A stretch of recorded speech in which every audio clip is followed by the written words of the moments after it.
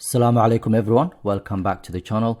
In today's video we are looking at something called price to earnings or PE ratio. The reason we're looking at this is every time we analyze in the stock we always talk about different matrix, different things in when we're analyzing stock. So we can talk about trailing PEs and forward PEs and PEG ratios, price to book, and all of these things. And some of these things might not mean anything to you. And if you are new to investing, so unless you've actually spent a lot of time like I have in the last year and a half reading about these things and researching about these things, you're probably still in the dark and you're not sure what these things mean. So my plan is in the next week and a half to 2 weeks to actually tell you as much as I can about some of these metrics, some of these things and what they mean and how to use them and so on. And today we're going to start with the PE ratio. So the PE ratio is one of those things that you use when you are comparing two companies in the same sector. So for example, if you are looking for two companies in the tech sector, you look at their PE ratios. Not only PE ratio, there are other things that you need to pay attention to as well. Okay, you will definitely use PE ratio as well as other things, but PE ratio will help you definitely. How is it going to help you? Okay, so let's first define it and then I'll explain how it's going to help you. Okay, so the PE ratio is the ratio for valuing companies that measures its current share price relative to its per share earnings. Now, earnings per share is something that we need to look at first, and then we can talk about this. Now, when we talk about PE ratios, there are two types of PE ratios. There's a trailing PE and there's forward PE. Trailing PE is if you go to Yahoo, for example, Finance, and you click summary, what you see here straight away is the trailing 12 months. Okay, so TTM is trailing 12 months. That's the PE that you see. This is based on the last 12 months, the earnings they've basically made in the last 12 months. Okay, whereas the forward is future looking. So that means they using the estimated EPS or earnings per share to calculate how much the PE will be, okay, for this company in the coming months. Hopefully that makes sense. Okay, so that's the major difference between one is forward looking, the other one is backward looking. So it's actually looking at the last 12 months and this one is looking at the forward. Okay, this one, the issue with the forward is because it could potentially be if the PE was calculated wrong or they were or something happened with the estimation, then that could basically mislead you. So whereas the trailing PE will give you actual values because they've already reported the earnings, you've got that on paper, you can use that. Okay, so we use PE ratios when we're comparing two companies and see if they are overvalued, undervalued, and also which one will give you a better return. Because as investors, that's the most important thing to us. So when we talk about PE ratios, two things that we need to look at. How to basically find the calculation is current share price divided by earnings per share. So let's have a look at what earnings per share is first before we move on. So earnings per share is a ratio that measures how many dollars of a net income have been earned by each share of a common stock during a certain time period. Okay. So what happens is you take the net income, so the money the company makes after they paid for their taxes, then you minus it the dividend paid, then you divide that by number of shares outstanding. So the shares outstanding is how many shares the company has given. Okay, so if you have shares outstanding of 10,000, then there will be basically whatever this this calculation is divided by 10,000. I hope that kind of makes sense. So you use the the EPS kind of tells you, if the company is actually making money or not. Some companies do not have EPS yet, or they might have a negative EPS because they are still growing. There are companies out there that still haven't made. Tesla has already recently started making profit. Okay, and that's the reason that they've got now a positive EPS. Before that, they were in negative. So it depends on the company that you're investing in. So earnings per share is calculated as a net income. So you take how much money the company made, minus it the dividend paid, then divide it by outstanding shares. So quickly to show you, the higher the company's EPS, the more profitable it is considered to be. Okay, so EPS indicates how much money a company makes for each share of its stock and is widely used metrics for estimating a corporate value. So it's really important. It tells you the higher the EPS, the better. Okay, the better for you as an investor. Absolutely.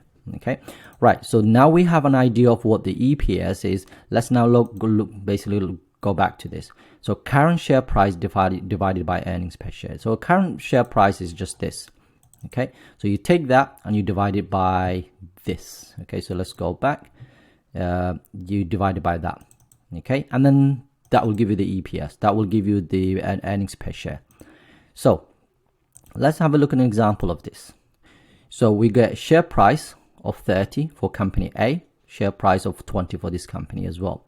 Earnings per share is $2, and then this one is 67 cents. So let's have a look how this came about. Okay, because remember, we need to find out how we actually calculate this. So if we take the net income, all right, of that first, so that's basically the first thing we're going to take, and we divide that by number of shares outstanding.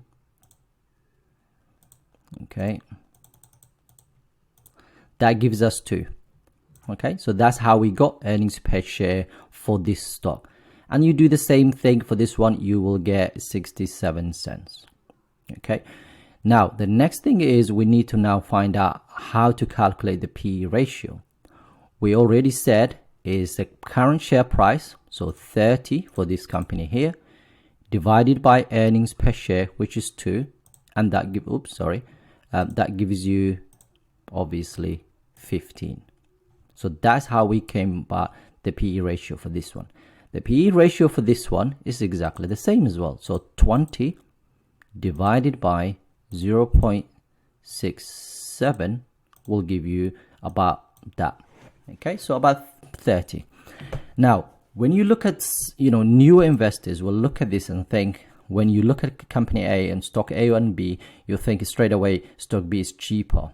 Okay, but obviously we're not interested in which one is cheaper. We're interested in which one will give us a better return for our investment.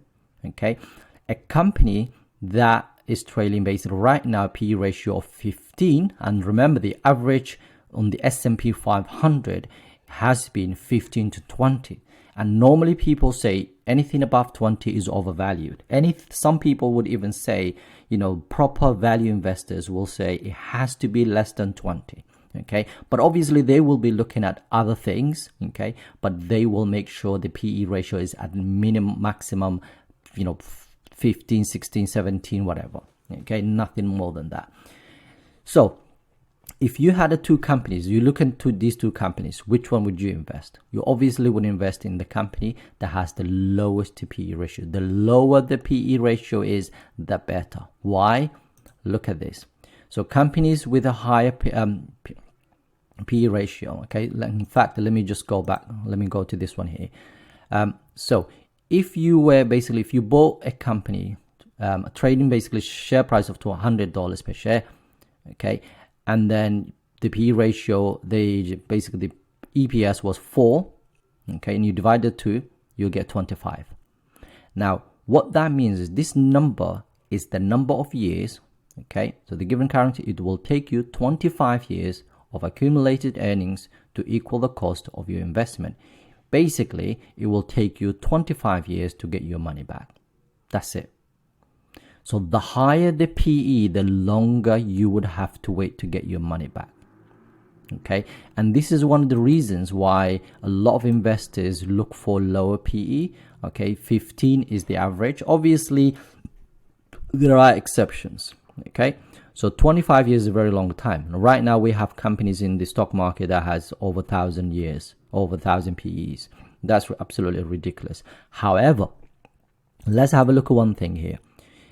Companies that have basically that indicate positive future performance or high expectations for future earnings growth. So if you think, for example, Tesla, okay, has a massive future ahead of itself and there will be future earnings growth will be absolutely amazing, then you might say, okay, I'm willing to pay extra for that future growth. And that's all it is. Okay, so you need to take into consideration, okay, what you're willing to do. So are you gonna say, for example, I invest in some companies that have PE ratios of 30 plus, okay, 33, 35, 36, almost, especially the tech companies. The reason for that is, especially look, Microsoft is one of the companies I own. It's at 39 right now. The reason for that is because I think in the long run, okay, Microsoft has a great potential ahead of itself. I know they've just released their earnings yesterday. It was absolutely brilliant. They've got a lot of products on the basically in the coming up. You will never ever see Microsoft trading basically PE ratio of 15 to 20. You're never going to see that. It hasn't been like that for a long time.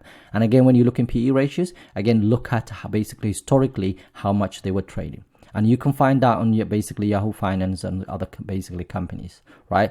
So look at historically what it was trading and currently where it is. And if you think this company has a future ahead of itself, great future, and you think the earnings growth is going to be, it's going to blow your mind away, then fine, go for it. Okay. Lower means basically you are paying for as a value investor, you find in a company that is undervalued at the moment.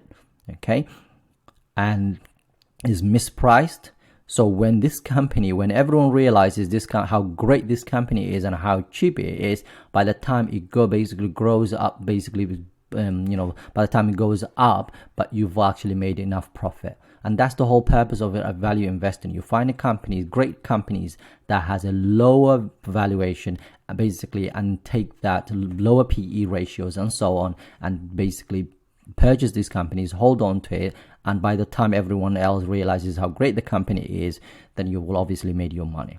Okay, so again, there's a few things that you need to pay attention to. So sometimes you'll see people, myself and others, who are investing in companies that have a very high PE ratios, but because we made that conscious decision, we've done other research, we know the growth of this company, the future growth of this company, and therefore we're willing to pay extra money. Again, it's a little bit of a gamble, okay, but obviously you need to pay attention to the other things as well that company is doing. I hope that was helpful. I'm going to do a couple of more of these videos in the next couple of weeks, and one thing that I'm going to look at is the financials. So I've got 3 videos I've planned already. I'm going to release them in the next couple of weeks as well, okay, where I will look at each one of these things, okay, in turn, and explain what they are, because I will explain later on, but these are really, really important. When you look at basically financials, you have to look at the financials of every single company that you invested in. You need to know their income statement, the balance sheet, and cash flow. And I'm going to look at basically each one of these things and explain to you and everybody else, hopefully,